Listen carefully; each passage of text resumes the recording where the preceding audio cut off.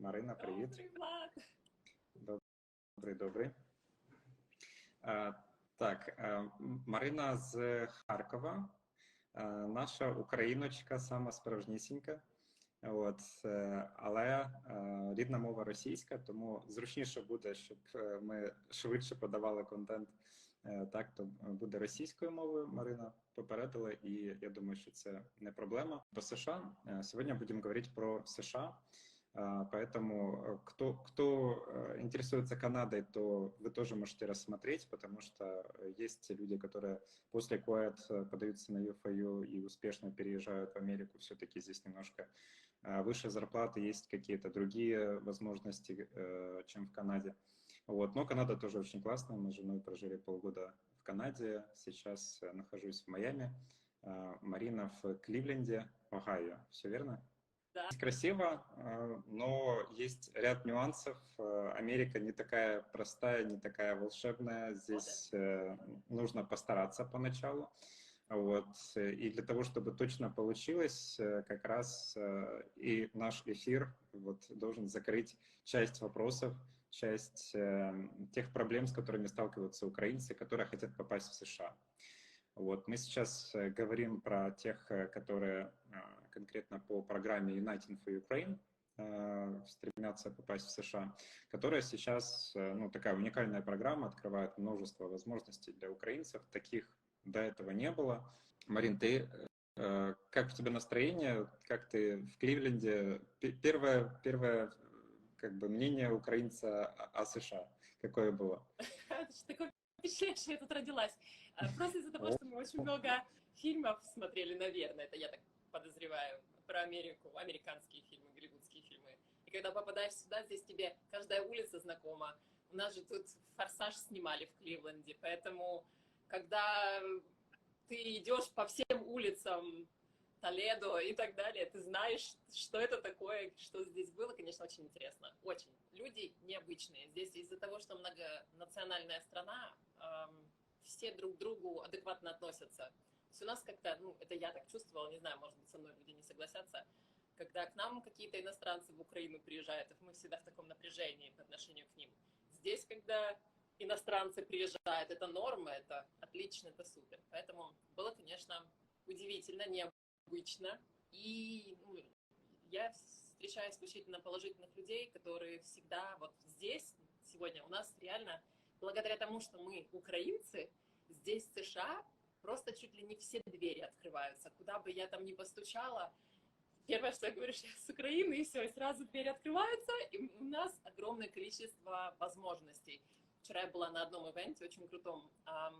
Одна организация собирала, они собрали $70 тысяч для того, чтобы помогать здесь, которые приезжают люди и сталкиваются с такими проблемами, как у нас, чтобы иметь возможность помогать им с домом, с расселением, с машинами, с болезнями и так далее. В принципе, та организация, в которой я сегодня работаю, сотрудничаю с ними, и не только с ними, еще с множеством других, то они все, в принципе, эти resettlement-агентства, они... Просто я подозреваю, что не все много знают об этой программе, поэтому я немножечко расскажу, что это за программа, буквально вкратце, и потом мы уже подробнее расшифруем, какие возможности открываются. Очень жаль, что они открываются именно такой ценой, да, надо было, чтобы пришла война в наш дом, чтобы мы получили эти возможности. Это ужасно, но большая благодарность, конечно, США, что они это все создают. И такие люди, как ты, да, на местах тоже очень активно шуршат, чтобы эти возможности появлялись. Это слово. Да. Все в Кливленде на ушах стоят, Марина везде. Во-первых, в чем разница этой программы от того, что уже существует? Уже существует самая простая, да, это американская виза B1, B2, ее называют либо турвиза, турбизнес-виза, да, и можно попасть сейчас в США и по этой визе, но есть некоторые отличия. Основное это то, что по визе B1, B2 можно находиться в США только полгода, да, то есть не больше, чем полгода за один раз, в течение одного года. Вот, то есть за 1 год вы можете исчерпать вот эти полгода по количеству дней. Они фиксируют все. Вот, и, соответственно, U4U это ограничение продлило до 2 лет. И по этой программе можно получить налоговый номер, можно получить право на работу уже прямо с аэропорта. То есть есть такая возможность, там надо будет просто потом податься, чтобы у вас физически была карточка разрешения на работу.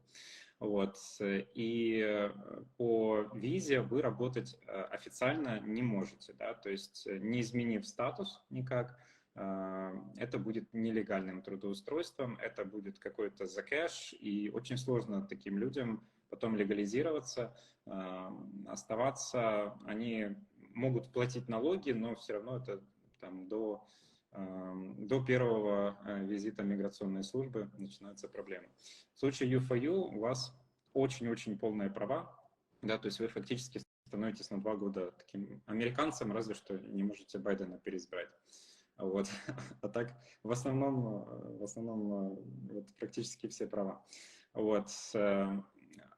По U4U вам не нужно проходить собеседование, не нужно сдавать биометрию, то есть это максимально упрощенная форма, это экстренная программа для того, чтобы люди смогли быстро попасть в США, не преодолевая никакие трудности, никакие барьеры. То есть здесь сделали вот максимально все быстро и просто. И то, что предусмотрены, в отличие от визы, некоторые бенефиты. Основное – это возможность получить медицинскую страховку. Наверное, многие Очень важно запуганы. здесь. О, да.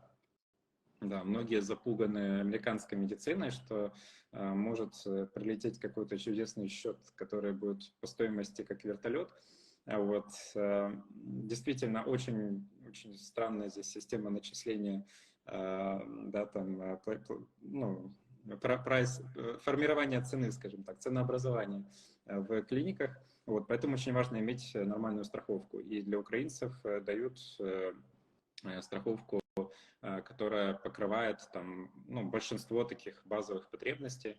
Вот, то есть, ну, там, грубо говоря, какую-то там косметику лица вам не сделают за эту страховку, вот, но даже многие вопросы по зубам можно сделать, ну, и большинство каких-то срочных важных вопросов, антибиотики получить бесплатно, операции, если требуется, и так дальше.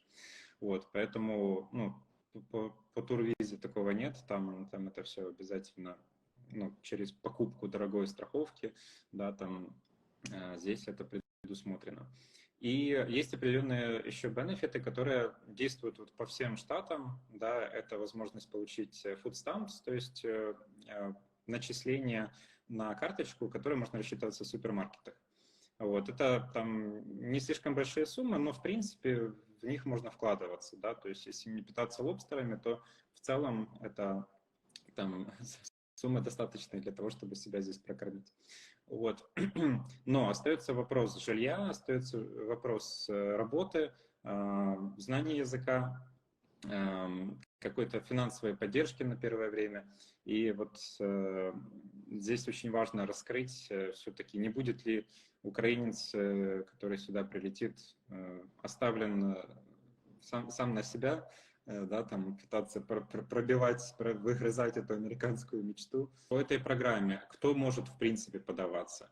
То есть требование очень простое, это должен быть украинец, либо супруга украинца, либо близкий родственник, если они могут подтвердить свое родство.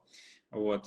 Супруга может быть и в гражданском браке. Для американцев это тоже как бы весомый аргумент, что вы можете как пара путешествовать. Вот. Нужно иметь... Но вы должны обязательно доказать, Да. что вы вместе уже проживаете давно, у вас должны быть совместные фотографии, совместные какие-то покупки и так далее. Поэтому тут как бы просто так очень сложно. Они же умеют распознавать, где ложь, где нет. Да. Ну, они конкретно заточены по то, чтобы распознавать обман. Я лично проходил собеседование в аэропорту, и это было вот похоже как на допрос ФБР, вот, потому что я там в Торонто вылетал просто на 2 часа пересадку, и они так очень нехорошо на это смотрели. Вот, поэтому очень важно не врать, и важно, ну, конечно же, там, те факты, которые есть, просто, ну, вот, максимально подавать те, которые им подходят. Да, те, которые им не подходят, просто, ну, там, не кричать, там, я не был в Украине 11 февраля. Вот это вот очень важное, да, там, очень важный момент, что тем, кто выехал из Украины после 11 февраля, они обычно думают, что, ну, все, как бы, точнее, кто выехал до 11 февраля, что мне не дадут возможности, да, там, никогда я не попаду в США. Такого нет. То есть требования, кроме того, чтобы ты должен быть там, либо близкий родственник, супруг, супруга, либо сам украинец с украинским загранпаспортом, нужно пребывать в США, нужно пребывать в Украине до 11 февраля 2022 года. Особенность там говорится о residency, да, то есть о постоянном проживании. Если вы не были фактически в Украине, это не говорит о том, что вы не подходите. Да, то есть... Да? Что? Надо было находиться в Украине больше, дольше, чем за ее пределами. Да, то есть там есть определенная методичка, которой они пользуются. Я имею в виду офицеры паспортного контроля по прибытию в аэропорт США, либо на вылете, они могут общаться, задавать вопросы. И там очень важно, что вы должны знать свои права, вы должны быть готовы к общению, ну и собирать те факты, которые играют в вашу пользу. Если вы были на отдыхе где-то, либо вы, может быть, даже там работали где-то по контракту в Европе, все равно вы можете подаваться на эту программу, у вас большие шансы, просто нужно как бы подготовиться к общению, подготовить те факты, которые будут играть в вашу пользу, чтобы вас пустили. Можете написать, если вас это интересует, мы расскажем, как это работает, как мы с этим помогаем. У нас уже достаточно такая большая методичка, какие вопросы, какие ответы там могут быть на общении, на контроле. Вот. И ну, по нашим кейсам, да, мы работаем, уже у нас там десятки людей, которые переехали с нами. Вот. Это может помочь, да, для того, чтобы у вас точно получилось. Так, по поводу того, кто может пригласить, да, есть особенность этой программы, самое главное, и вот по поводу спонсоров, да, это то, что воспользоваться ею могут только те, у кого есть спонсор, который находится в Америке. Это не должен быть обязательно гражданин, это может быть владелец грин-карты, это может быть человек, который здесь легально находится, в легальном статусе и работает, платит налоги. То есть вот это основное требование, и есть требования по его доходу. Да? То есть это должен быть ну, определенная цифра на определенное количество людей, которых он может спонсировать и которые находятся у него на обеспечении. Вот. Есть калькулятор, есть определенная формула, ну и, собственно, мы там рассчитываем, смотрим, сколько спонсор готов пригласить, может принять. Вот. И это вот финансовое обязательство, поручительство по человеку, который прибывает. Вот, Марин, как ты понимаешь вот это финансовое обязательство, вот как вы его толкуете для людей? Здесь конкретно Вагая, таким образом, что спонсор, человек, ну, он же может быть спонсор чисто по документам или уже полноценный спонсор, там есть как бы две таких категории. Если мы говорим о полноценном спонсорстве, то это человек, который приглашает вас куда-то там, либо в свое жилье, либо какое-то отдельно. Есть такие спонсоры, которые просто снимают для наших украинцев жилье. То есть прям полноценный дом или квартиру, и они полностью спонсируют там первые несколько месяцев, чтобы человек, пока он оформляет все документы, получает все эти разрешения, там, бенефиты и так далее, вот, чтобы он как бы стал на ноги, у него была такая хорошая подушка для старта, что нереально круто. Но в основном это, конечно, родственники здесь, и поэтому лично я рекомендую слишком долго у родственников не задерживаться. Вообще, в принципе, в любом любом случае, США — это такая страна, действительно, страна возможностей, и, может быть, плохо, если я это скажу, но вы обязаны про это знать. Да, будет вообще нелегко, совсем нелегко на первом этапе. И, в принципе, я бы вас, наверное, настраивала на то, что первые 4 года вам придется реально потрудиться.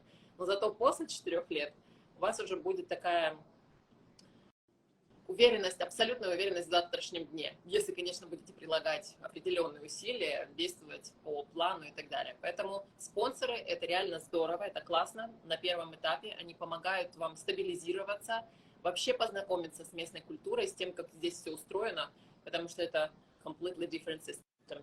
Абсолютно, абсолютно все по-другому, вообще все по-другому. И к Ну этому да. надо перестроить свой мозг, потому что мы все время как украинцы начинаем действовать, и так здесь не получается. Точно. Ну да, вот базово есть две категории спонсоров. Одна — это которые фактически могут поселить либо у себя человека, либо снять ему какую-то недвижимость. Могут помогать даже там автомобиль дать в пользование, да, могут деньгами помогать. Есть вот такая категория спонсоров, и их можно искать. Понятно, что если вы с этим сталкивались, если вы уже искали, вы понимаете, насколько это непросто. Их, ну, американцев, которые вот готовы просто в свой дом пустить чужого человека, ну, не так-то много. Ну, их, ну, вот, слава богу, они есть, да, и просто количество людей, которые хотят попасть в Америку, ну, гораздо больше. Вот, поэтому поиск может занимать много времени. Не всегда сойдутся человек со спонсором, есть какие-то всегда нюансы, моменты человеческого фактора. Вот. Но как искать базово, да, есть возможности искать просто напрямую, да, там в Фейсбуке, писать людям, американцам в целевых группах, где там что-то звучит о United for Ukraine. Можете активировать свой нетворк, да, там ваши друзья, знакомые, родственники родственников и так дальше и тому подобное. Вот. Есть, оказывается, да, там может найтись какой-то человек, который хотя бы вас как-то немножко отдаленно знает, либо кто-то может за вас поручиться, и таким образом вы найдете такого спонсора, который готов вас принять. Вот. Вторая же категория спонсоров — это те, кто, ну, как бы согласен помочь, но не зная человека, да, вот чужой человек, он, ну, как бы готов помочь только возможностью въезда, да, то есть оформить документы, чтобы вы смогли заехать в США. То есть он оформляет это поручительство, он, ну, как бы берет на себя некоторые риски. Вот. Но тем не менее он хочет помочь, но просто ему там либо негде приютить человека, либо он, ну, там, не хочет рисковать вот с чужим человеком, и он просто готов сделать документ. Вот наши, например, спонсоры — это в основном круг моих знакомых, которые сочувствуют украинцам в сложившейся ситуации, но не понимают, что ну, это сложно приглашать чужого человека, и они просто согласны помочь въездом. Да, в этом случае мы помогаем уже я со своей стороны, Марина своими возможностями и ее коллеги для того, чтобы восполнить все то, что могло быть обеспечено спонсором, да, там, либо еще свыше этого, то, что даже не в силах спонсора обеспечить, есть масса возможностей, и вот Марина об этом немножко подробнее расскажет. Расскажи, пожалуйста, как называется твоя организация и какая у вас география, да, вот вкратце, и с кем в основном вы работаете, каким категориям людей вы помогаете? Окей, так, для начала. Организация называется USCRI, это US Committee for Refugees and Immigrants, ну, для всех беженцев и иммигрантов. Работают с очень многими странами, вот всех тех, что ты назвал, в которых конфликты разного характера происходят. Поэтому они работают не только вот как наши украинцы по паролю, но еще и через вот, refugees именно. На самом деле еще есть другие статусы, просто я в той категории не работаю, и если нужно будет кому-то я могу дополнительно узнать. Мгм. Основное направление, ну, если говорить хорошо за географию, то, в принципе, USTRI это очень... Ей больше 100 лет, на секундочку. Тут вообще я поражаюсь. Тут компания существует 100-200 лет. Как? Вроде страна молодая, а не с самого Мгм. начала. И у нее довольно обширная география, то есть они 9 основных таких крупных. Это Детройт, Кливленд, Майами, господи, как в Калифорнии, Сан-Диего. Сан-Диего, кстати, наверное, один из самых крупных. Нью-Йорк, Вашингтон. То есть вот в основных таких точках. Но они помимо этого еще сотрудничают с другими более мелкими agencies, да, агентствами, Мгм. которые выполняют, по сути, такую же функцию. Просто все, в принципе, resettlement агентства, resettlement означает по переселению, да, Мгм. народов, людей. Все они друг с другом как-то коллаборируются, то есть сотрудничают, потому что у этих такие ресурсы, у этих такие ресурсы, у кого-то еще. Бывает просто уже место заканчивается или финансирование заканчивается, так они потом перенаправляют в другие. То есть у нас нет здесь какой-то competitiveness, конкурентности. Мы здесь все Мгм. друг с другом дружим.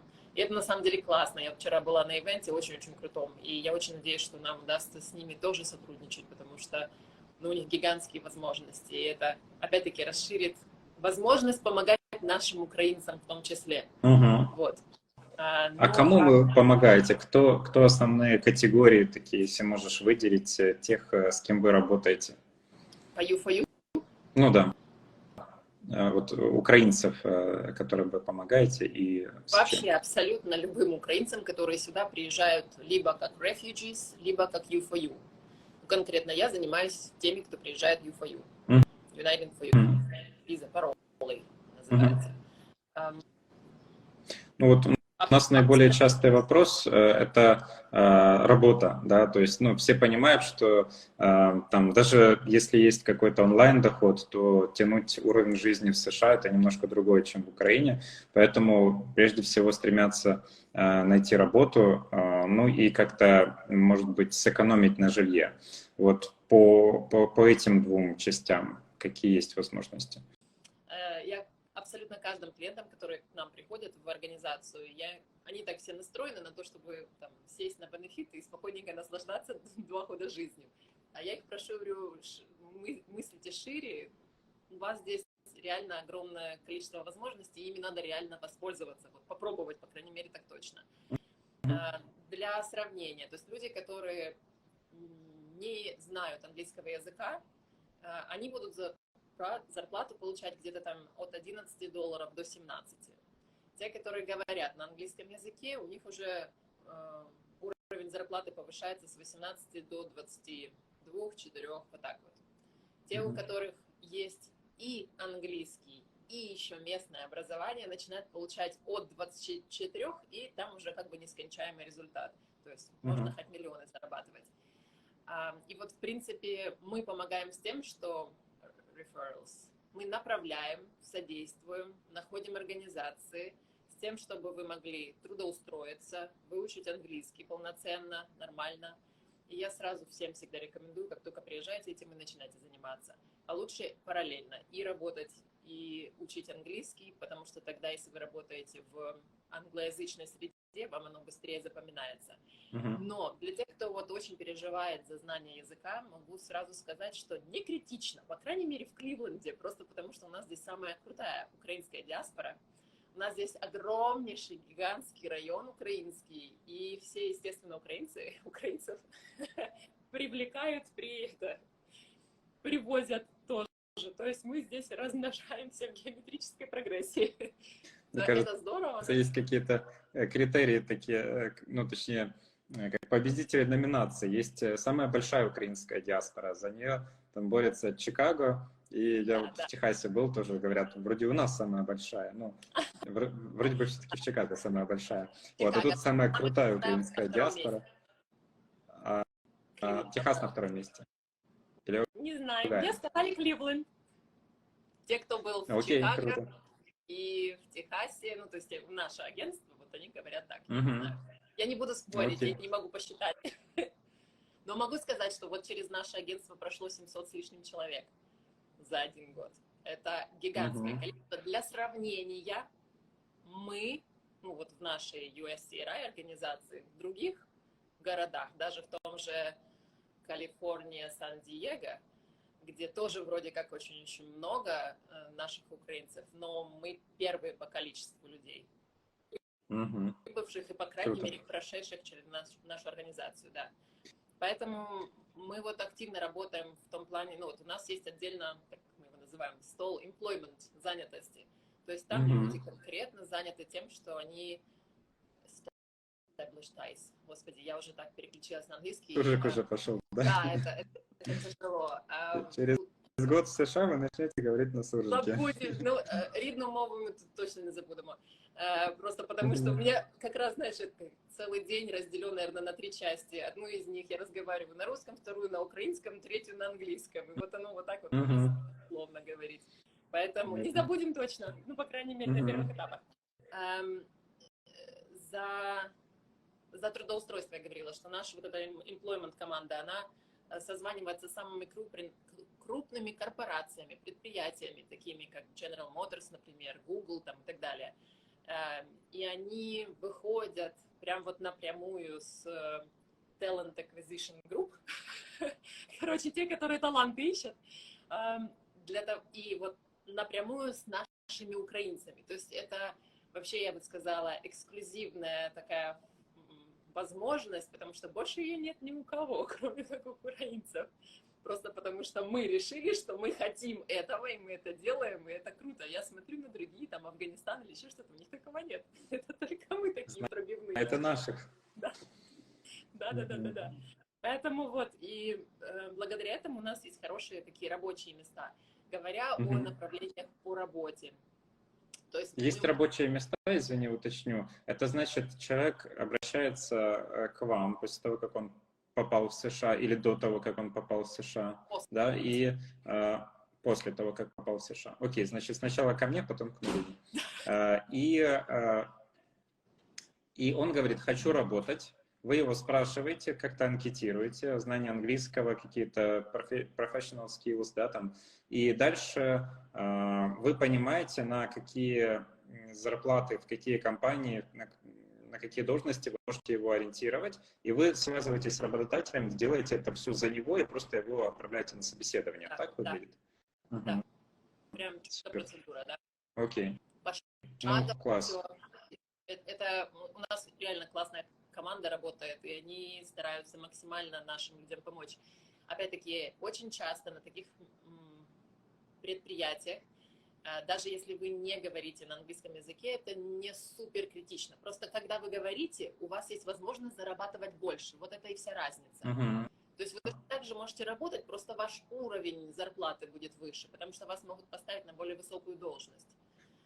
Я могу сейчас пообещать всем, вот, кто сейчас за нами следит и будет пересматривать в записи, что они точно здесь получат работу, ну вот с вашей помощью. Или есть какие-то категории, с которыми все-таки сложнее? Сложнее с теми, кто не хочет работать. С ними всегда сложно, да? Да, это вот единственное. На самом деле возможностей очень много. Все зависит от того, здесь конкретно в Кливленде. Я же могу говорить только по Огайо, вот по Кливленду, конкретно прям Кайфога Каунти. Это наша зона, что ли, area, район, не знаю, как его обозначить. Вот, ну то есть, если вы попадаете сюда, то вы точно в надежных руках, потому что, как я поняла, такого больше нигде не существует. Это у нас просто потрясающий директор, который собрал потрясающих людей, которые реально хотят, ну, чтобы было просто понятно, мы выполняем не просто нашу работу, а мы выполняем где-то в 5-7 раз больше, чем от нас требуют, и мы этого хотим делать. Каждый из нас это старается сделать просто для того, что мы понимаем, что нашим людям тяжело, и мы хотим их участь, их жизнь облегчить здесь на старте, чтобы они не проходили, не ждали десятилетия, а максимально быстро стартанули. И поэтому вот у нас есть конкретно, да, такие рабочие профессии там какие-то. Есть возможность, то есть опять-таки это мы делаем все referrals, да, направления, то есть мы помогаем с документами, помогаем найти, сконтактировать людей и так далее. То есть есть узкие специальности, есть рабочие профессии, есть CDL, вот дальнобойщики. Они очень хорошо здесь зарабатывают. Не так, как говорят на ютубах, пожалуйста, не надо сразу приходить и говорить, я хочу себе зарплату в $20 000. Это зарплата только на Аляске в опасных зонах, ребят. Поэтому, если вдруг вы рассчитываете приехать сюда и такие CDL за 20 штук, нет, это там вам туда, на Аляску, на льды, на льдах, какие-то там карьеры. Это очень опасная работа. То есть не все возвращаются после рейсов. Поэтому... Ага, вот так, да? Да, да. То есть будем говорить до 20 тысяч. Важная как бы приставочка до. 10. Давай То так. есть возможность есть, но не факт, что вы готовы, да? Да. Вот. Okay. Дальше у нас есть возможность, например, открытие предпринимательства от малого до более масштабного. Все зависит от ваших желаний, вашего плана. Но, в принципе, вот у нас есть несколько организаций. На сегодняшний день мы пытаемся наладить нормальный такой как бы поток информации в обе стороны с одной конкретной.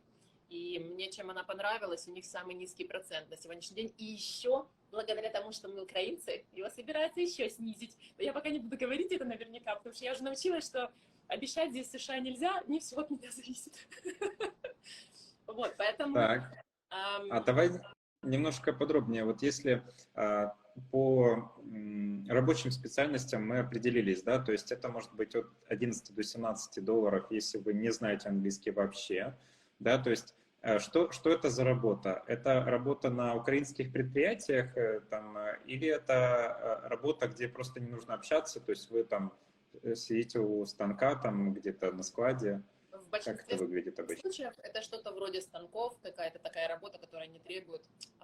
Спрашивала, что есть вакансия швеи, есть вакансия по упаковке, есть вакансии по machine operator, то есть это как оператор какого-то станка, видимо, да, какого-то оборудования.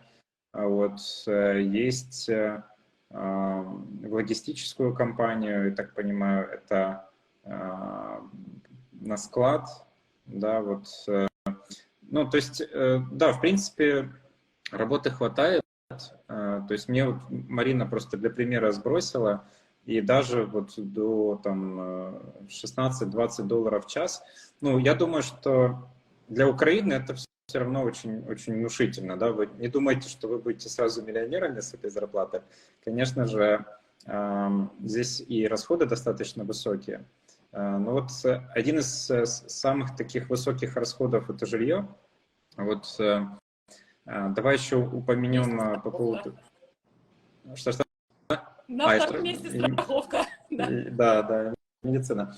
Вот скажи по поводу жилья. Например, вот человек, давай возьмем такой, чтобы было удобно с образами работать, да, там Катя, которая не знает английского, она прилетает в Огайо, и у нее с собой, ну, например, 2000 долларов.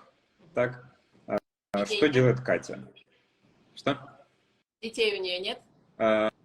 Ну вот, давай с ребенком. Катя с ребенком. Давайте так я скажу. Если детей нет, то она супер счастливая женщина. Просто потому, что она сможет себе позволить жилье, ну, начиная там, сейчас, конечно, из-за того, что большой приток конкретно в Огайо, то где-то там от 700 долларов в месяц. Если у вас есть ребенок, то умножайте на 2. Это 700 долларов это квартира или комната? Однокомнатная квартира. Угу. Да, это ну, очень вроде бы не агрессивно звучит.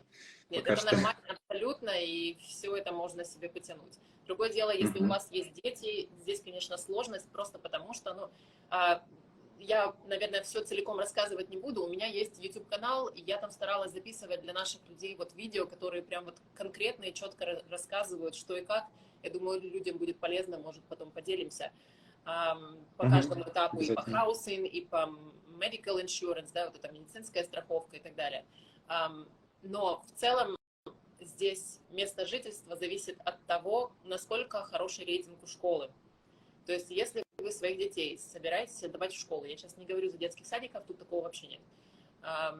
Если вы отдаете ребенка в школу и не хотите, чтобы там, я не знаю, можно это говорить в эфире или нет, стреляли друг друга, наркотиками торговали в классах, то рейтинг школы должен быть выше 7 баллов из 10.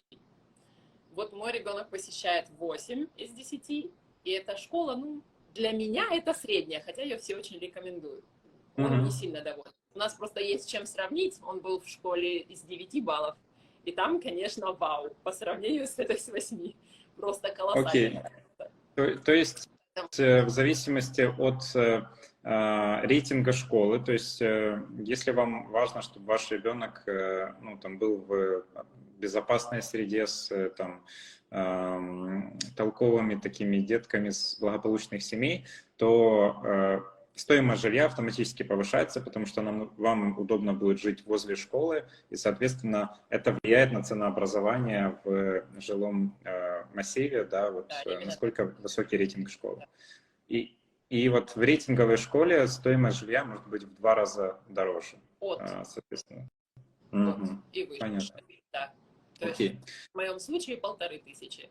То есть Катя без ребенка снимает за $700, и у нее вот один уровень жилья, и тот же уровень жилья для Кати с ребенком $1500. Да. Плюс-минус на это нужно ориентироваться. Да. Угу. Окей. А есть ли возможность этой же Кате как-то помочь с жильем? У нее же только $2000. Это получается только 1 месяц. Ходит нам USCRI. Здесь на самом деле есть некие лендлорды, которые вот хотят помогать. Я не обещаю, что мы найдем всем таких лендлордов замечательных.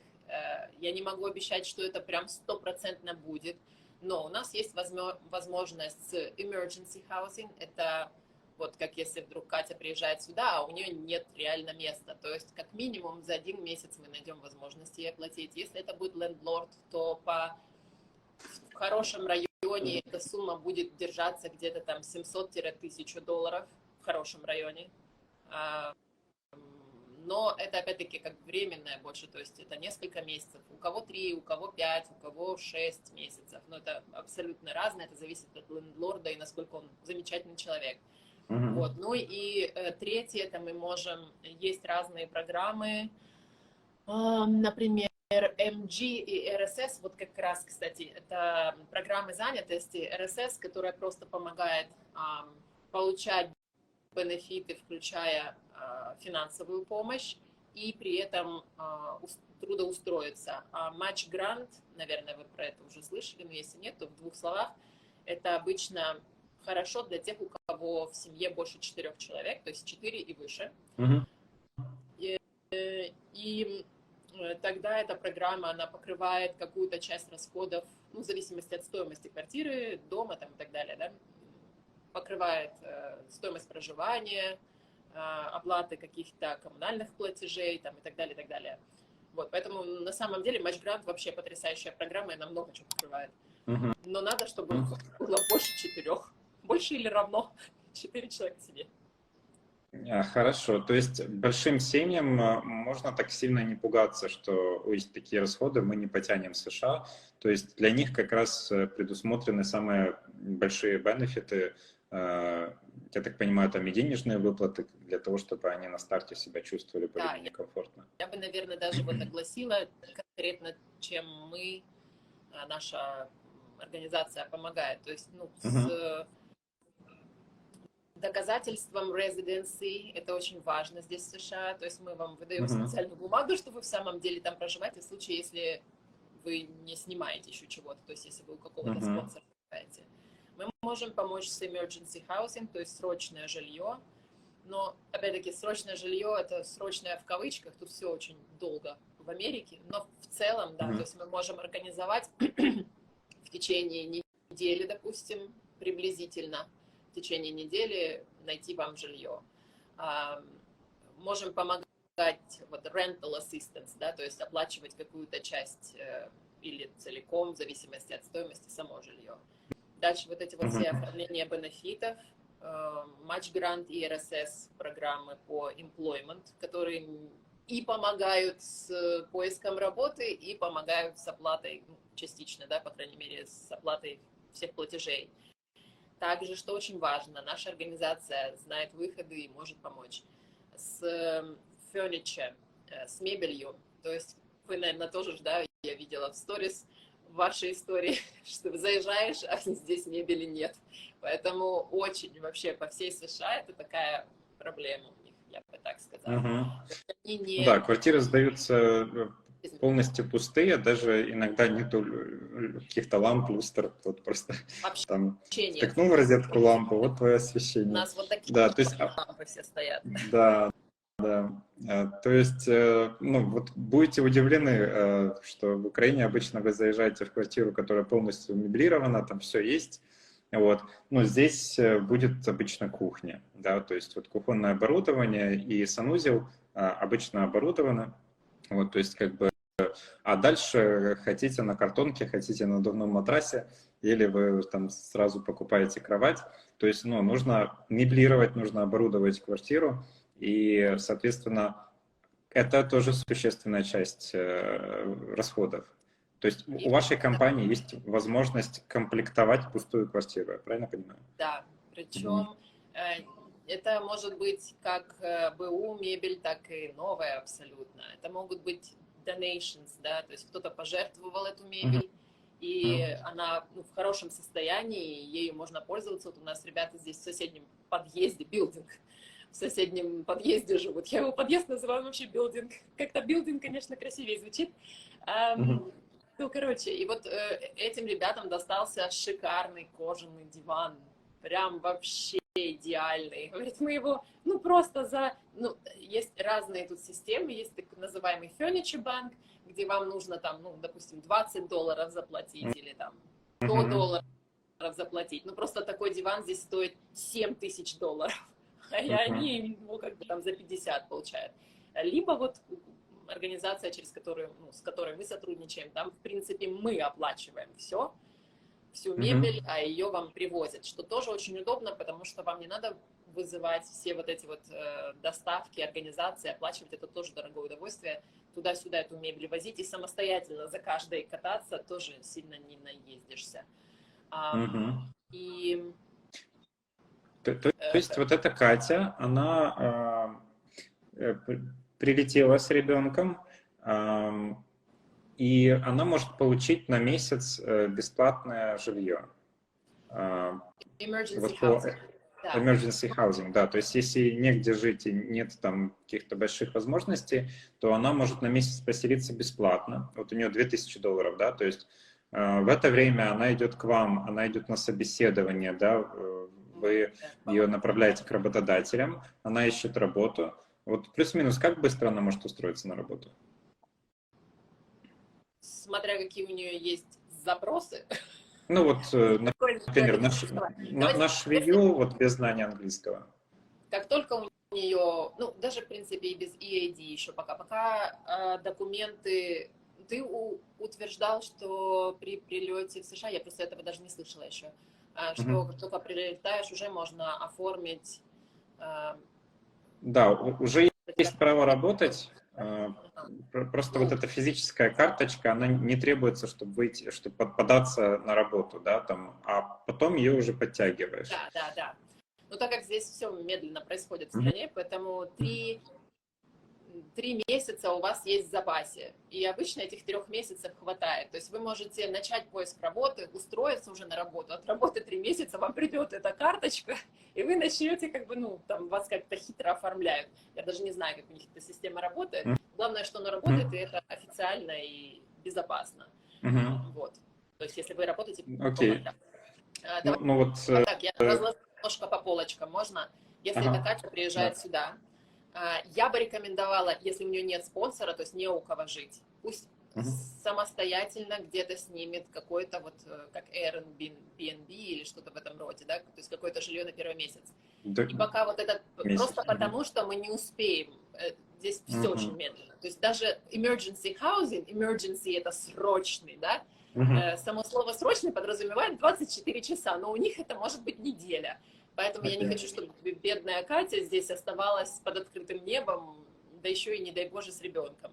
Поэтому, чтобы такого не произошло, лучше себя хоть чуть-чуточку перестраховать. Мы не можем сделать это заранее.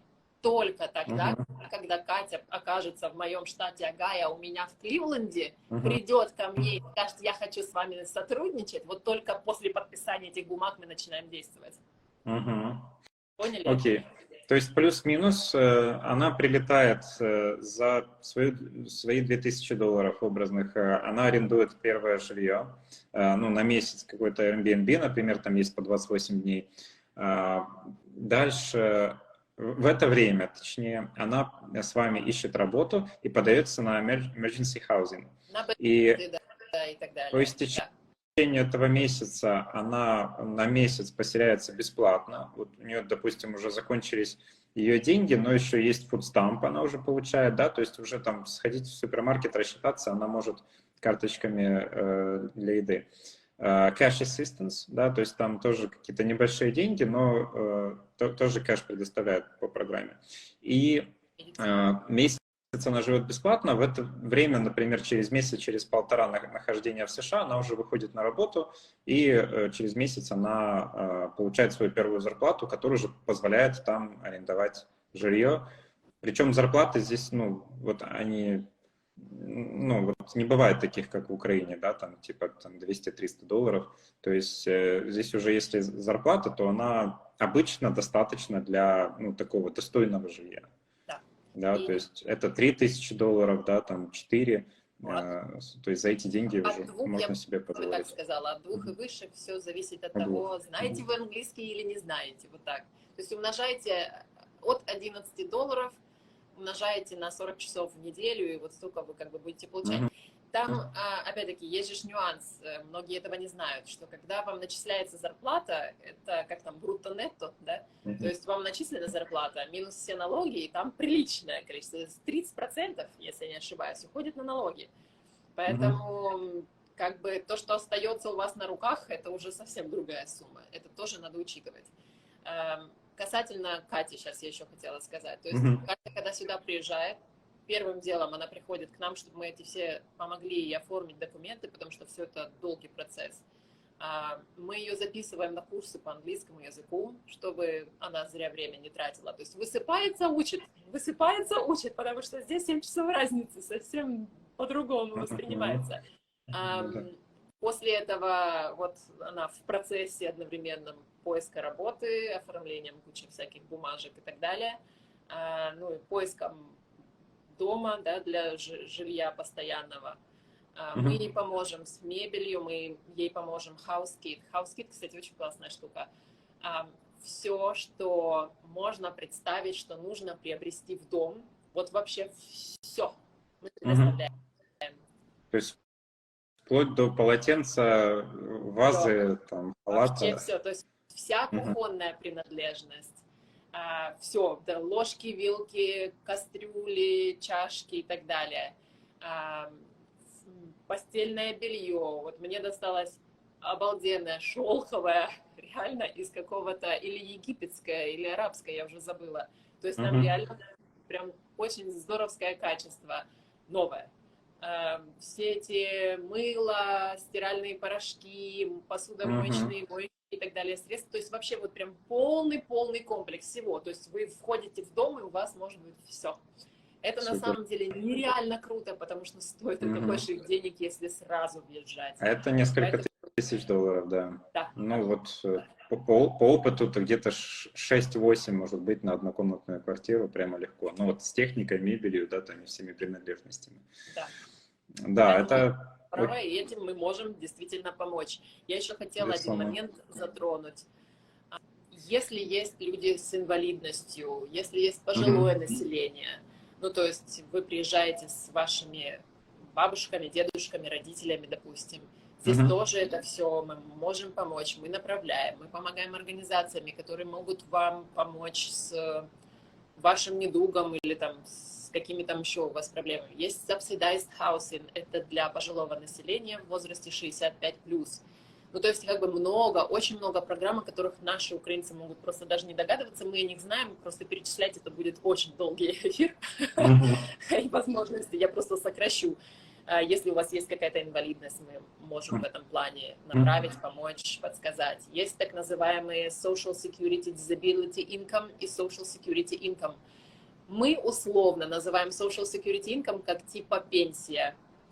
То есть люди, которым 65+, они по U4U могут получать дополнительный заработок, пенсию, короче говоря. Для тех, кто имеет какие-то disabilities, то есть инвалидность какая-то или еще что-то, то это еще, ну, это занимает долгий процесс Social Security Disability Income, занимает реально очень-очень-очень много сил, времени, это рассчитывать надо от полугода, а все остальное быстрее. То есть все, что я до этого перечисляла, это более в течение там 3 месяцев. Упомяни, пожалуйста, еще о мастерах. Вот ты говорила, мне прямо очень зашло, да, про мастера маникюра, про там парикмахера, вот то, что можно получить специальность, да, вот сертификат какой-то местный, который, ну да, здесь же большое количество всяких направлений требует местного все-таки курса, образования, сертификата. Вот, и сразу же это вложение очень быстро отбивается. Расскажи вот вкратце про это. Да, слушайте, мы на такие классные организации вышли, я прям в диком восторге на самом деле, потому что это открывает гигантские возможности для наших людей. То есть вот то, что я говорила, что если вы, там, допустим, не знаете английского, это одна зарплата, знаете английский, это вторая зарплата, а следующий этап, это когда вы получаете местное образование. И вот мы сотрудничаем с некоторыми, короче говоря, колледжами, будем так это называть. И здесь есть тоже несколько путей. То есть, во-первых, классно тем, что там недорогое обучение. То есть вы можете, обучаясь очень короткий промежуток времени, ну там они разные, там бывает годик, бывает 8 месяцев, 6 месяцев, 2 годика, ну то есть не 4-5, как это у нас в университете. Да? То есть вы получаете образование в более короткие сроки, это раз. Платите немного, это 2, то есть не так, как в университетах, там 40 тысяч долларов, да, в год. Ну да, обычно такая ассоциация. Ну, не суть. Ну там, короче, обучение, там не 2 года, это, наверное, где-то полгода меньше. 8, по-моему, месяцев. 8 если я не ошибаюсь. Я смогу точно сказать, кого заинтересует, я могу выслать целиком, то есть все моменты, все нюансы, стоимость, длительность обучения, какой сертификат вы будете иметь, какая у вас будет зарплата стартовая. То есть все-таки вот то, что ты говорила про зарплаты, что верхний уровень зарплаты — это когда есть местное образование, то этого не стоит бояться. Это может быть какое-то профильное образование, получить мастерство, да, там за полгода, год, 2 года. При этом можно это совмещать, да, то есть какая-то вечерняя форма обучения, либо работать вечером, да, то есть совмещать с тем, что вы будете где-то работать, получать там базовые деньги для жизни, а параллельно вы обучаетесь, и ну, уже там как парикмахер вы можете выходить на 64 тысячи долларов годовых, что вполне себе и неплохо. Это вот. Очень круто. Это прям очень круто. В принципе, если вы, ну, например, если человек один, то здесь конкретно по Кливленду, Огайо, зарплата 3,5, это уже вы можете себе позволить все. То есть и иметь машину в лоун, в займ, да, и оплачивать свое жилье, и жить себе припеваючи, и еду, включая кальмаров и как там лобстеров, да. Вот. Но если у вас ребенок, то тут, конечно, надо будет чуть-чуть сложнее, когда есть дети, но тогда надо там рассчитывать где-то там на 4,5-5 тысяч долларов, и чем больше детей, тем лишняя 1000 долларов. Считайте так. Есть такая шутка, что самое бесправное существо сейчас в мире — это белый мужчина средних лет. Вот я как раз подпадаю под эту категорию. Да, что все-таки для тех, кто с детьми, у кого там большая семья, у кого есть какие-то там, кто пожилой или есть пожилые родители и так дальше, тоже не надо бояться. То есть этим категориям как раз охотнее помогают, и для них, как для менее социально защищенных, менее там, таких самостоятельных слоев населения пытаются помочь максимально.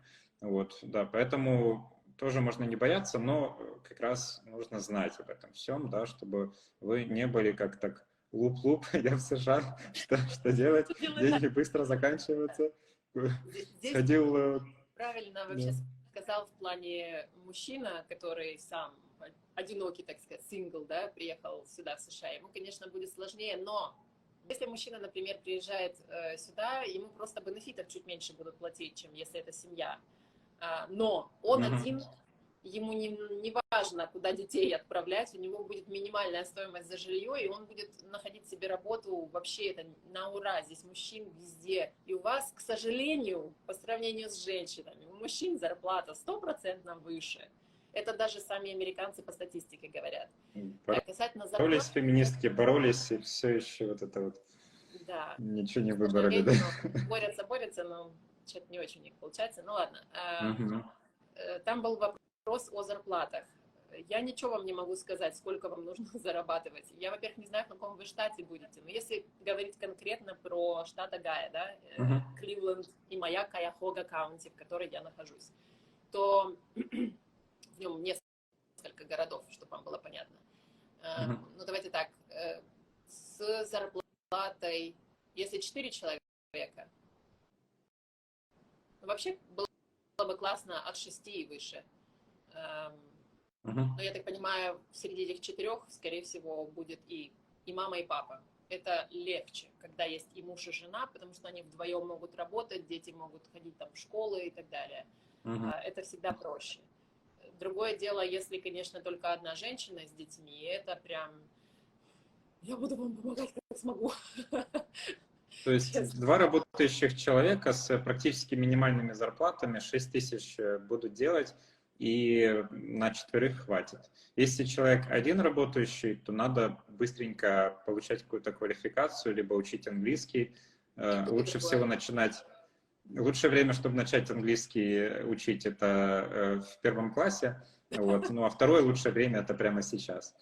Поэтому я тоже учу, как бы, и очень хорошо, что не все уроки английского в школе прогулял. Тут сейчас прям вспоминаются все Марья Ивановна, Зоя Федоровна. Да, наших учителей, это точно. Да. Так, слушайте, хотела еще сказать, там я видела вопрос по CDL-курсам. Да, для того, чтобы, ну давайте я опять-таки буду говорить исключительно за штат Огайо, и вообще на самом деле очень рекомендую к нам сюда приезжать. Это не Майами, там, это не Чикаго и так далее, но здесь для старта бизнеса, вообще, чтобы вам было понятно, большинство компаний, которые находятся где-то в любом другом штате, все их бумаги оформлены в Огайо.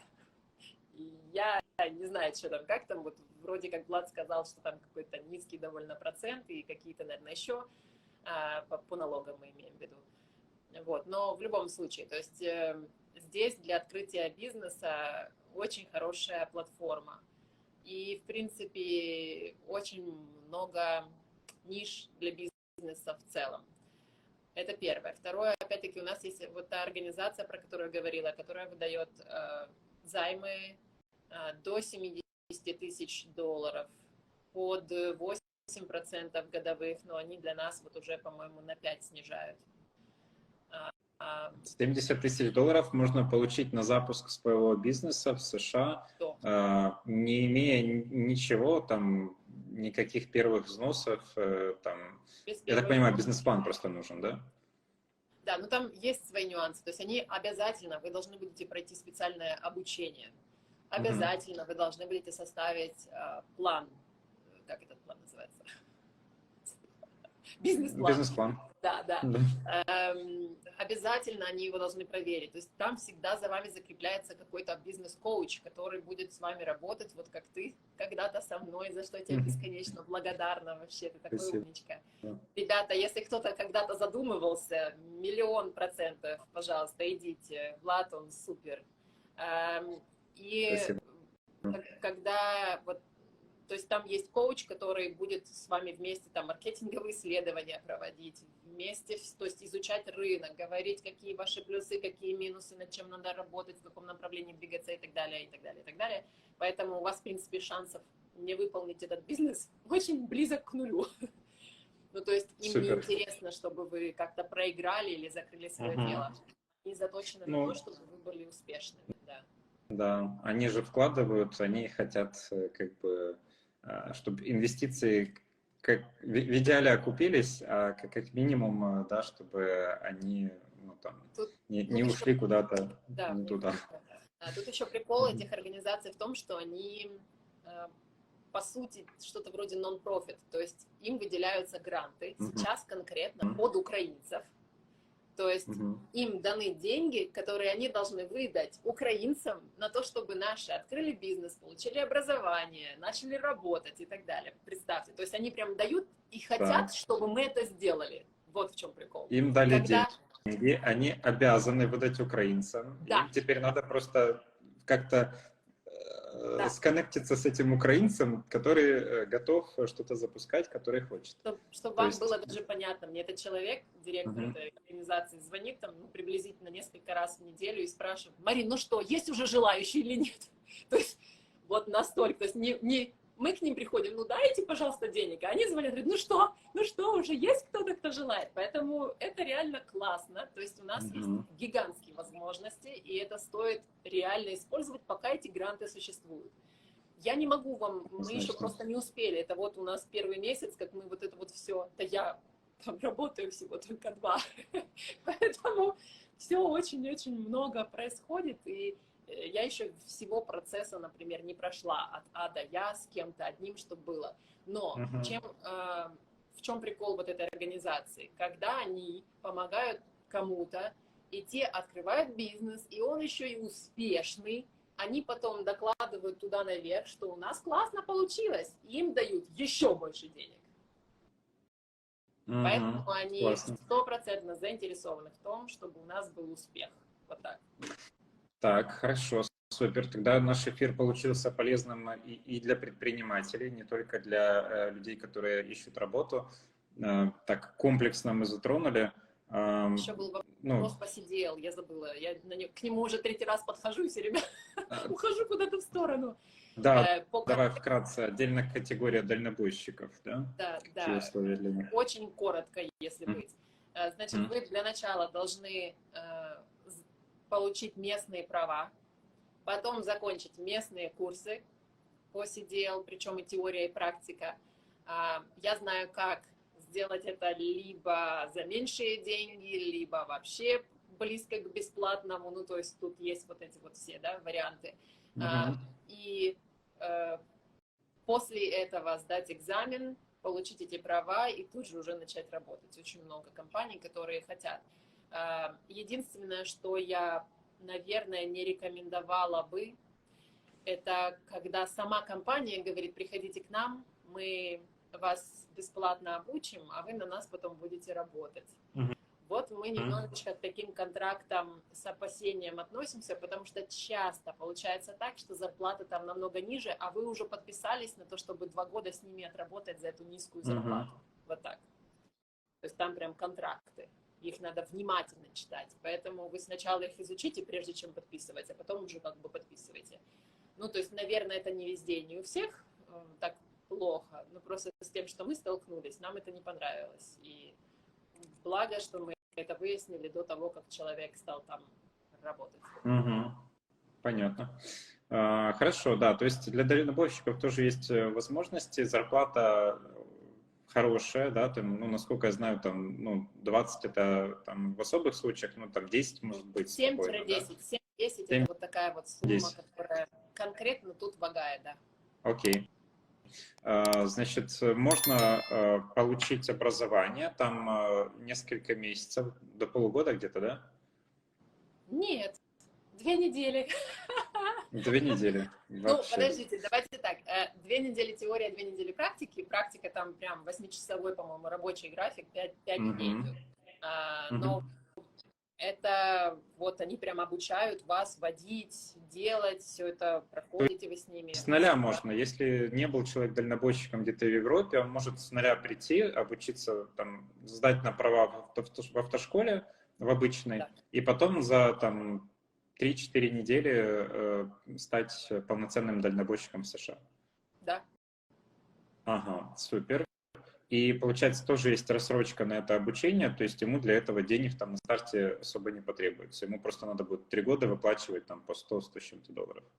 По 170, да. Угу. Ну, меньше, наверное, Окей. потому что те курсы, которые мы нашли, тут есть классная обходная система. Я люблю украинцев. А, Короче, есть такой вариант, что можно, например, теорию изучить самостоятельно. Вся эта теория, у нас уже целый список этих вопросов, практических тестов, онлайновских тестов и так далее, и так далее. Прям вот все, что можно, все ресурсы у нас уже сложились, есть.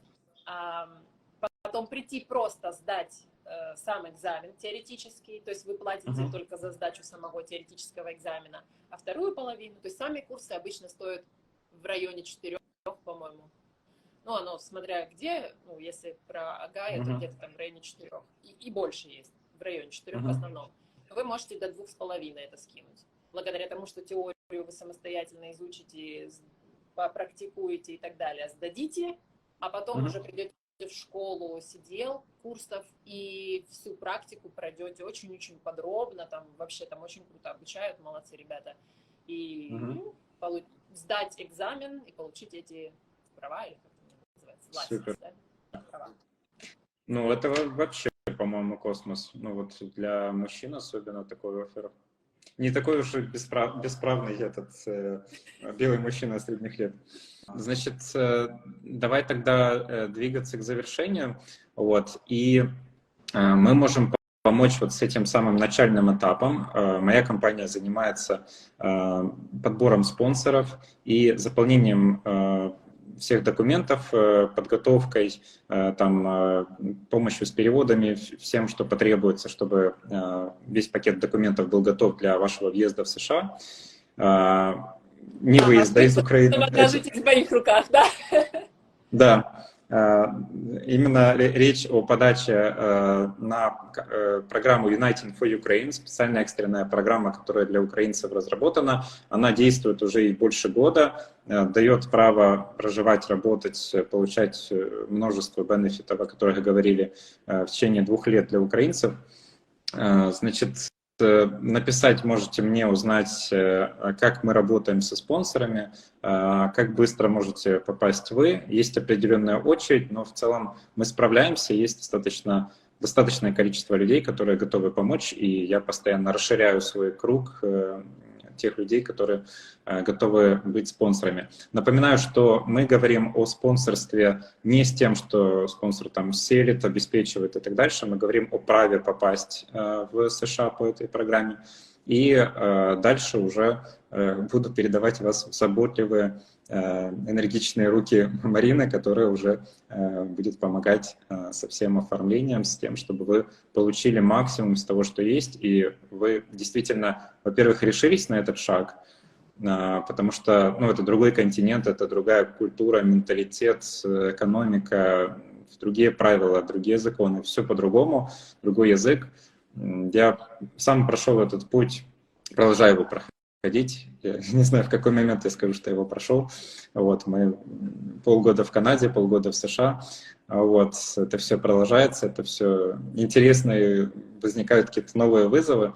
Вот, но это точно место, в котором можно многое реализовать, можно во многом раскрыться. Это достаточно...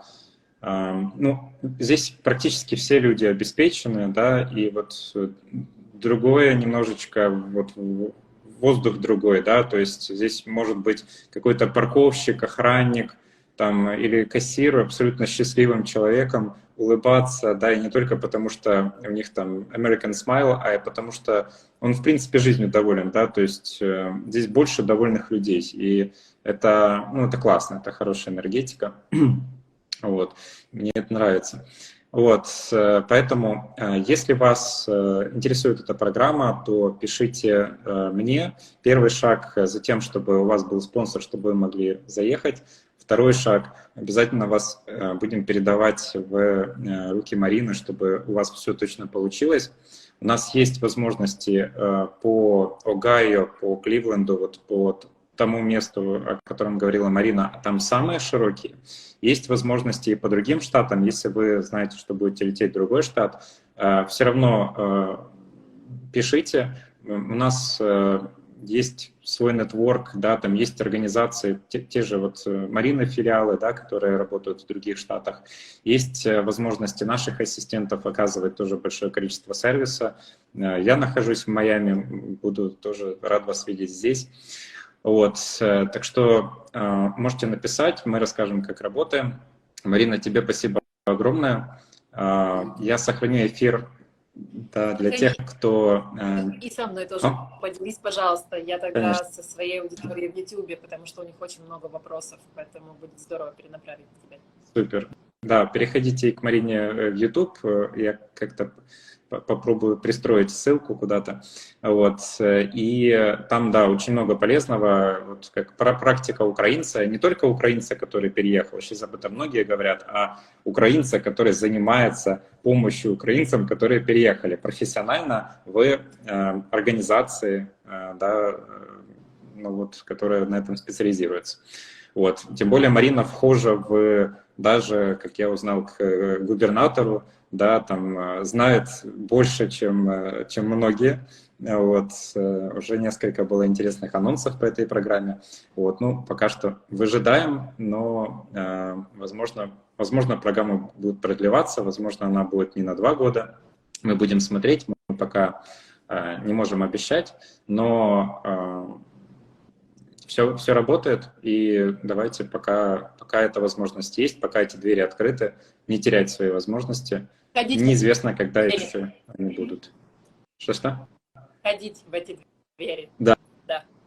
И открытые, да. Настежь. Этой возможностью нужно пользоваться. Открывая дверь ногой. Да. США, да, страна мигрантов, по сути, и ну, здесь все предусмотрено, чтобы мигранты адаптировались. Вот если мы редко видим, привыкли в Украине редко видеть иностранцев, то здесь все иностранцы. Ну, кто такой американец, это индеец. По большому счету, истинный американец. Вот, поэтому здесь все откуда-то, все как-то начинали, все как-то пробивались, и у кого-то это было легче, у кого-то сложнее. Ну, главное позитив, главное, ну, как бы немножечко вложиться в то, чтобы у вас был результат. Конечно же, нужно будет постараться, вот, но есть возможности. Тому, кто протянет руку нам, мы готовы протянуть руку помощи в ответ и по всем фронтам. 100%. Спасибо, Марин. Спасибо всем участникам. Пишите, если вопросы какие-то мы здесь не прошли, не ответили. Будем готовы в директ уже с вами продолжить общение. Да. До встречи. Да, с большой радостью. Счастливо, ребят.